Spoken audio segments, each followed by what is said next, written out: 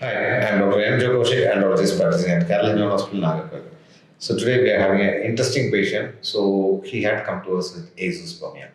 We had done treatment for him, and at the end, he is able to produce a sperm, and then they are going for the ICSI procedure.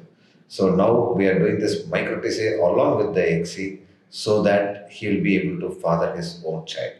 So this video I am talking at the time of freezing. So I will show you how the embryos are. We had almost got 12 eggs, and I think 7 to 8 eggs are very good quality.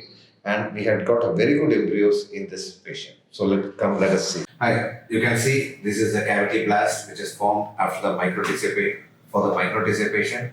We are very happy to get these results, and I will show you the further images also. You can see here is also these are the blasts which are formed.